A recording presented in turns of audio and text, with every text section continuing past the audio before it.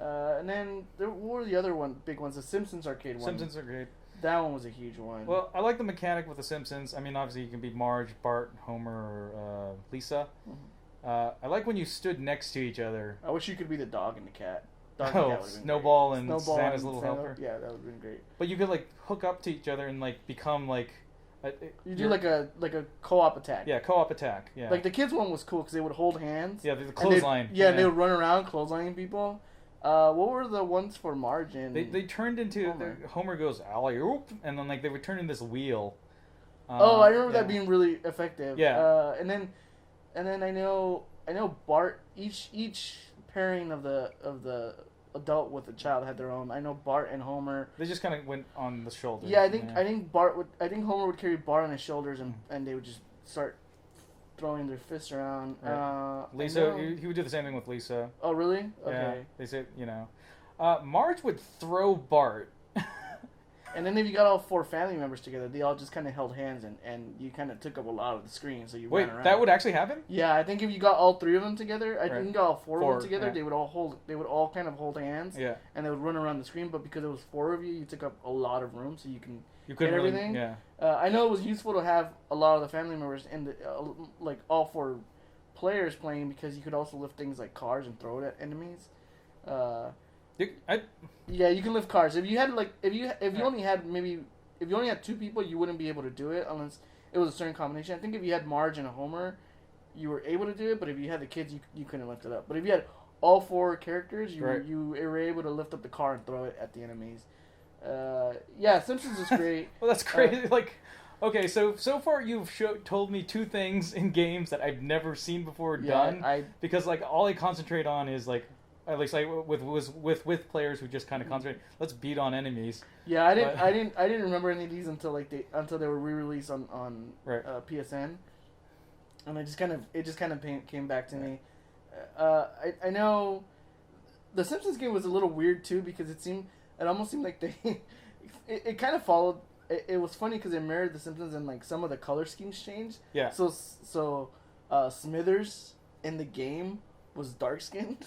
Well, that actually, there's some precedence, because I guess in the first season they did portray him as black, and then he wasn't black anymore. Yeah, it was funny. So it's funny that I don't know if they did that intentionally or maybe they just had an old character model lying around. Yeah, they might have made the game around the same time the first season was. They're like, oh yeah, he's dark skinned, so they're Also, the fact that spoiler alert, you kill Mr. Burns at the end. Do you kill him? I don't remember. Because he falls over. And his eyes have little X's, and that's the you do kill Mr. universal Burns. sign of being dead. And I think Maggie tries to resuscitate him by at least putting the diamond that she has and putting it in his mouth, so it's like a pacifier. I remember. I think one of my favorite levels was the amusement park because it was just so weird. Right. All those amusement park characters trying to attack you.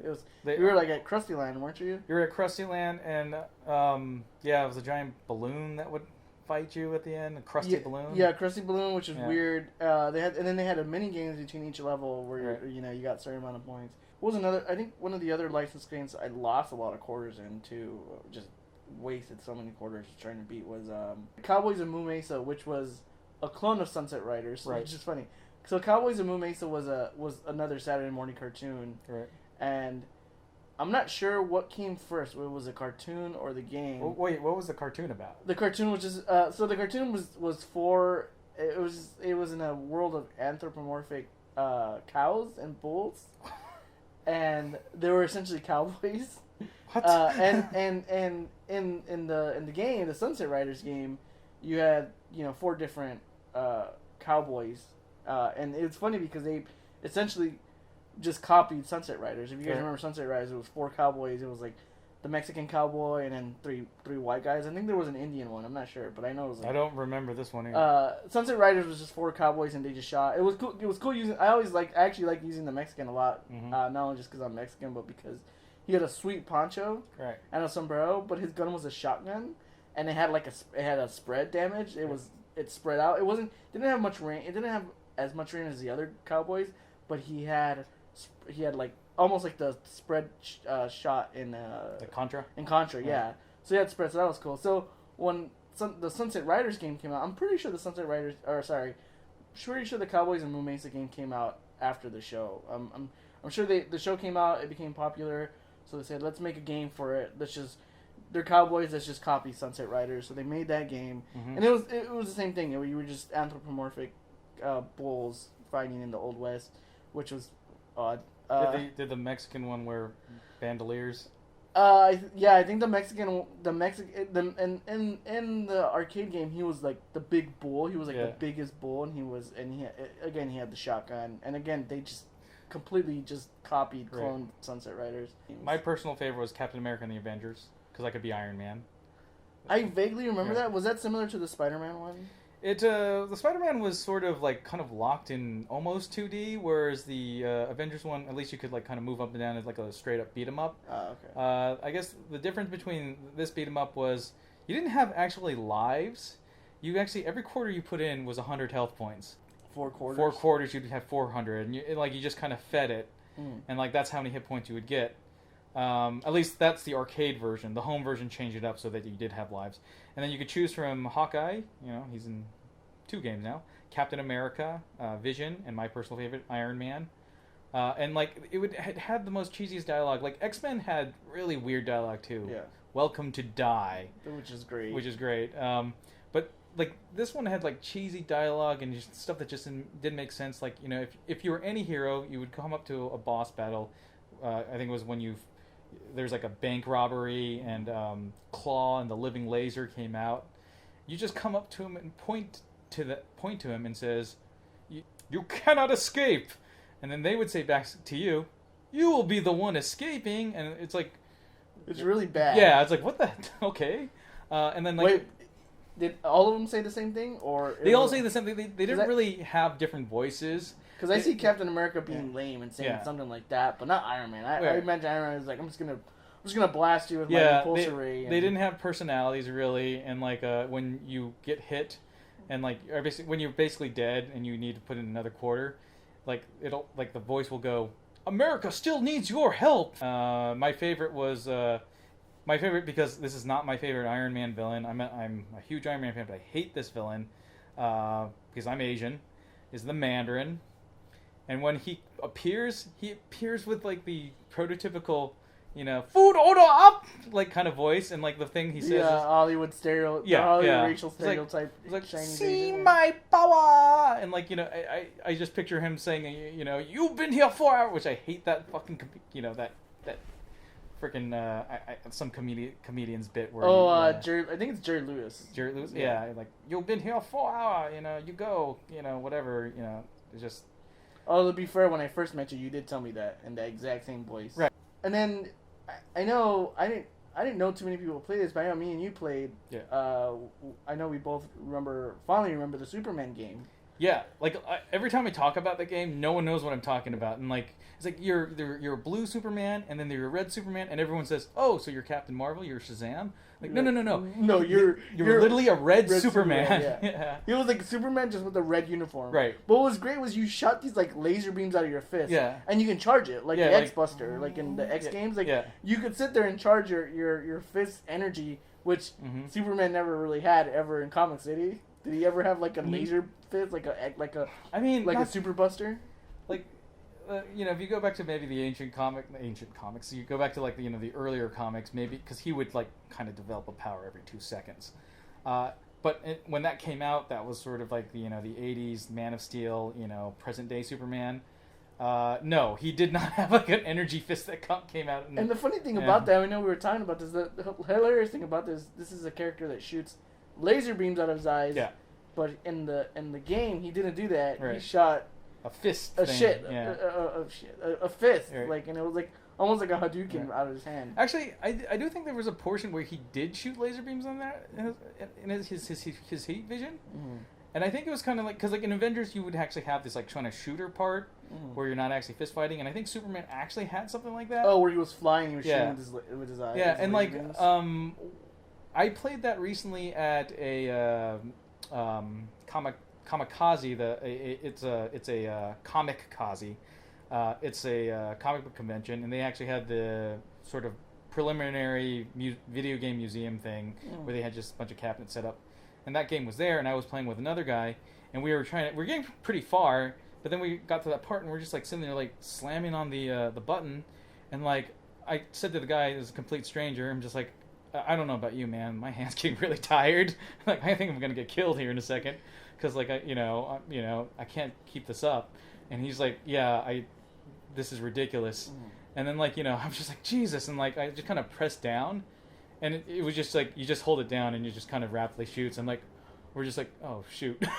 Well, I should have been doing that for a while. Yeah, we're like, okay, well we just have to hold it down. And I'm surprised they haven't re-released that. Do you remember who made that one? Was that wasn't Sega, was it? I want to say it was probably Sega. I don't know, maybe Taito. I don't know. Yeah, this is weird. It's so weird. That was one of those games. You didn't really see many DC arcade games. No, you didn't. And like, it was also strange that it was like Superman, and like, I mean, it was a weird game. You like fought Swamp Thing in that game. Did you really? It was a guy who looked like Swamp Thing. He like came out to you, and his arms were just maybe like it was Man Thing. Maybe well, that's a Marvel guy. That's a Marvel thing. Yeah. It was probably Swamp. It was probably Swamp Thing. All right. Well, I was just like talking to a buddy of mine, and we are just talking about how we used to play like sort of like games that you would rent. And one of my fondest memories is renting Teenage Mutant Ninja Turtles Part 3, the Manhattan Project for the NES. That's the one, that's the third one on the NES game. It's the one that's kind of closer to the arcade style, but still kind of original. So like you would actually have a special maneuver that you could probably use 3 times because it took away your health.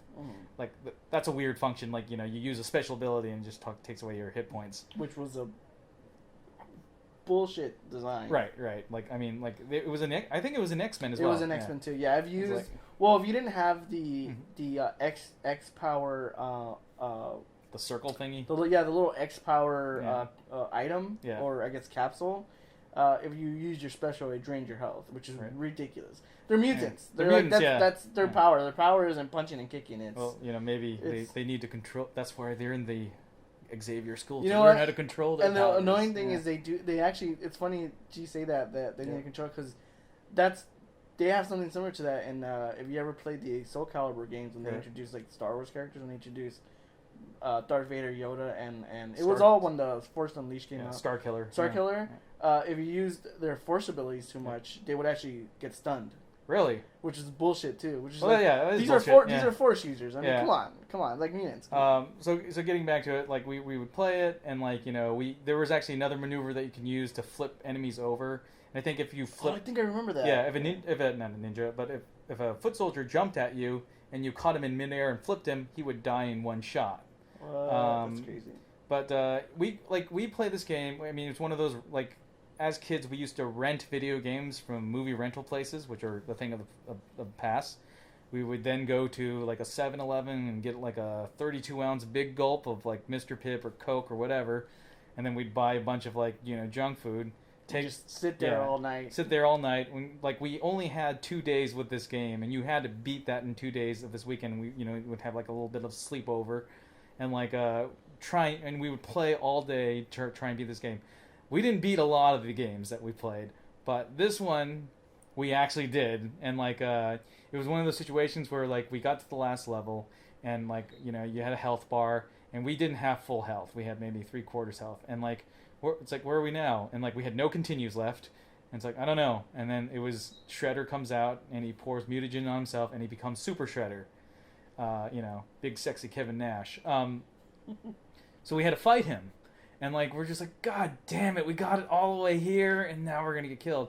And so we're just fighting him, and we're actually doing pretty darn well for ourselves. And we're just, like, getting down to the wire, and it's like, because you can't see the health of any of these enemies. They just start blinking. Which was a really annoying design choice. I think it's good and bad, because it has this little bit of suspense. Yeah. But, like, you're just sitting there, but you want to know how bad you're hurting this guy. Yeah. I know the Simpsons arcade game had that too. Yeah, it had the same thing. No health bar, which is annoying. Actually, all of those licensed ones did. Like they all did. X-Men did, yeah. So it was annoying. Avengers, they actually had a health bar. Spider-Man 2, actually. I'm thinking about it now. Yeah, Spider-Man had the health bar. But yeah, did you guys end up being Shredder? Well, yeah, he was blinking more and more and more, and like my buddy, he actually had one special left, and it was one special left, and I got thrown across the room. and like I had like a nub of a health left, and it's like if I went in there, I would get killed. And he's just like, "Do you want me to do it?" And it's like, "Yeah, screw it." And I was just ready to give up. He does it. He was Raph, so he did this like corkscrew attack, ran right into the shredder, and then like the greatest noise ever happens. In Ninja Turtles, they would go, a death groan. Yeah, and then they would blow up that, and we're just like, yeah, throwing out the controller and like giving us high fives. And then somebody kicked the Nintendo system and it froze, right? Well, that didn't happen, but that did happen on a game of Double Dragon 3.